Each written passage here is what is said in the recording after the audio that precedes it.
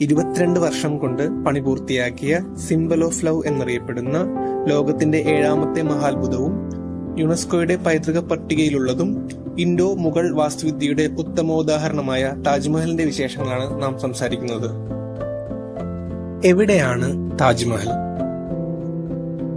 ഉത്തർപ്രദേശിലെ ആഗ്രയിൽ യമുനയുടെ തീരത്താണ് ലോകപ്രശസ്തമായ ഈ ശവകുടീര സ്മാരകം സ്ഥിതി ചെയ്യുന്നത്.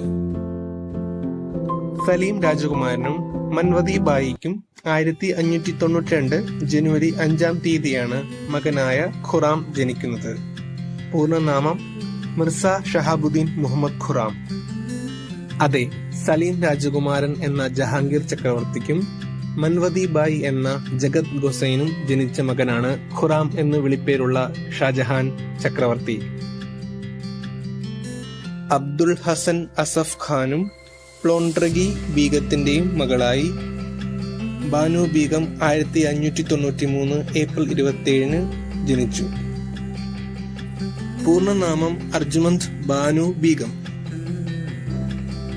പിന്നീട് മുംതാസ് മഹൽ എന്നറിയപ്പെട്ട ബാനു ബീഗം പോസ്റ്റ്മോർട്ടം ഹെമറേജ് അഥവാ പ്രസവാനന്തര രക്തസ്രാവത്തെ തുടർന്ന് മരണപ്പെട്ടു. പ്രിയ പത്നി ബാനു ബീഗത്തിന്റെ വിയോഗത്തിൽ വിഷാദത്തിലാണ്ട് രാജഭരണത്തിൽ നിന്ന് പിന്മാറി നിന്ന ഖുറാം അവരുടെ മരണവേളയിൽ പറഞ്ഞ ആഗ്രഹ പൂർത്തീകരണത്തിന്റെ ഭാഗമായാണ് വീണ്ടും ഭരണത്തിലേക്ക് വരുന്നത്. മുഗൾ സാമ്രാജ്യത്തെ 5ാമത്തെ ചക്രവർത്തിയായ ഷാജഹാന്റെ നിർദ്ദേശാനുസരണം തന്റെ പ്രിയപത്നി മുംതാസ് മഹലിന് വേണ്ടി നിർമ്മിച്ച ശവകുടീരമാണ് താജ്മഹൽ. മുംതാസ് ഷാജഹാൻ ദമ്പതികളുടെ 14ാമത്തെ കുഞ്ഞായ ഗൊഹറാര ബീഗത്തിന്റെ ജന്മവേളയിലാണ് മുംതാസ് മരണമടയുന്നത്. ഷാജഹാൻ ചക്രവർത്തി ഭരിച്ച നാളത്രയും മുഗൾ വാസ്തുവിദ്യയുടെ സുവർണകാലമായിരുന്നുവെന്ന് നമുക്ക് മനസ്സിലാക്കാം. ഒരു കാലത്ത് മുഗൾ സാമ്രാജ്യത്തിന്റെ തലസ്ഥാനമായി കരുതപ്പെട്ട റെഡ് ഫോർട്ട് അഥവാ ചെങ്കോട്ട നിർമ്മിച്ച ഉസ്താദ് അഹമ്മദ് ലാഹോറിയാണ് താജ്മഹലിന്റെ ആർക്കിടെക്റ്റായി പ്രവർത്തിച്ചത്. 1648 താജ്മഹലിന്റെ നിർമ്മാണം പൂർത്തിയാവുകയും ശേഷമുള്ള 5 വർഷം മറ്റുള്ള കെട്ടിടവും പൂന്തോട്ടവും അലങ്കരിക്കുന്നതിന് വേണ്ടി മാറ്റിവെക്കുകയായിരുന്നു.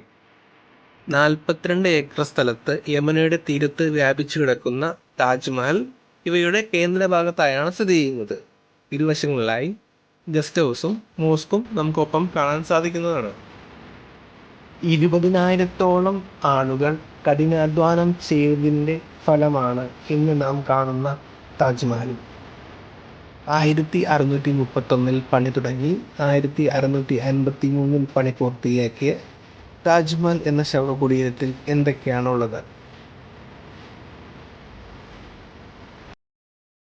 73 മീറ്റർ ഉയരമുള്ള ഐവറി വൈറ്റ് മാർബിൾ ശവകുടീരത്തിൽ വിവിധ രാജ്യങ്ങളിൽ നിന്ന് കൊണ്ടുവന്ന വിലയേറിയ കല്ലുകളും രത്നങ്ങളും ഉൾപ്പെടെയുള്ളവ പതിപ്പിച്ചിരിക്കുന്നു.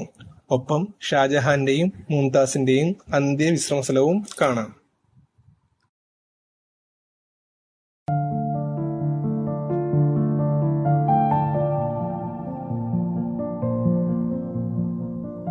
താജ്മഹലിനെ കുറിച്ചുള്ള വിവരങ്ങളാണ് നാം ഇപ്പോൾ കണ്ടത്.